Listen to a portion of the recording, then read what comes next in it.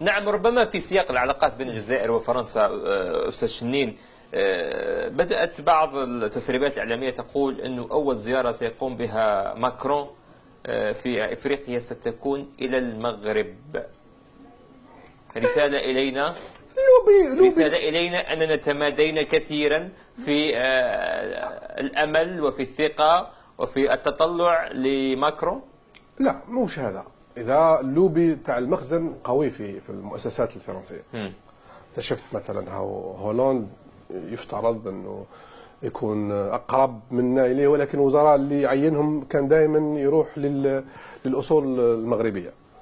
المؤسسات المالية كيف لأنه ثاني بالمقابل عجزنا في موضوع أفريقيا.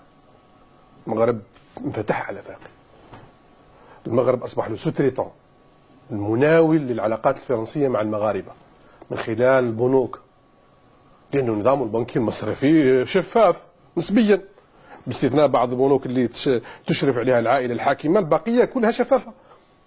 أنت تقدر تدير بنك جزائري تروح تديره في أفريقيا، هنا والزباين تاعو ما قدرش يدير لهم بطاقة ائتمان كيما احنا كيما الصومال. وين نديروا في أفريقيا؟ لأن علاقات ماهيش علاقات سياسية ومبدئية تاع ثورة. خلاص الثورة قتلنا منها حتى جافت، أصبح الدم يسير من ثورة. الآن إذا رانا حابين يستمر موقفنا في أفريقيا، كاين مصالح مشتركة، ومصالح مشتركة تعكس تعاون اقتصادي تجاري حقيقي. وهذا التعاون الاقتصادي ما عندناش أدواته. نتكلم على الجانب البنوك مثال، أما المؤسسات والشركات فحدث ولا حرج. واش مد لأفريقيا أنت؟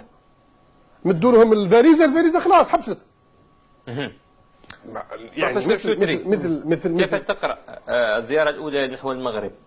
كانت تبدو يعني الحماسة والعواطف الانتخابية متجهة نحو الجزائر أكثر، رئاسيا المغرب أولا. تعرف أنا أنزعج كي نقرأ في الحقيقة. صحيح. لكن هذه الأمور مؤشرات واضحة. اسمح لي يا أستاذ علي رحمه الله، احنا هكذا نوليو نسير السياسة بالعواطف، ونسيرها بأمور لا ترتقي للمستوى تاع العقل تاع الإنسان السياسي. يعني المغرب هو دولة موجودة، دولة عربية إفريقية مغاربية، وعلاقاتها مع فرنسا مثل علاقتها مع علاقة فرنسا بالجزائر. ليش احنا ننزعج كي تروح فرنسا للمغرب أو تروح لتونس أو تروح لأي جهة أخرى؟ كيف؟ ننزعج لما تمس المصالح بالضبط. نهار تكون هذه العلاقة على حساب المصالح الجزائرية، سواء في علاقة فرنسا والجزائر أو في علاقة الجزائر بإفريقيا، هذا موضوع آخر. فالجزائر ممكن تتحرك، أما يروح للمغرب هذا موضوع آخر. أهمتني مثل ما قال الأستاذ شنين، لأنه المخزن المغربي يعني الدولة المغربية ما تستهزأ بها. المملكة المغربية دولة عريقة وعندها علاقاتها جالية مثل تاع الجزائر وأكثر في فرنسا، ووزراء الآن معظم الوزراء كما قال الأستاذ شنين اللي خسارة يعني، والله شيء خسارة، يا شيء مؤسف يعني.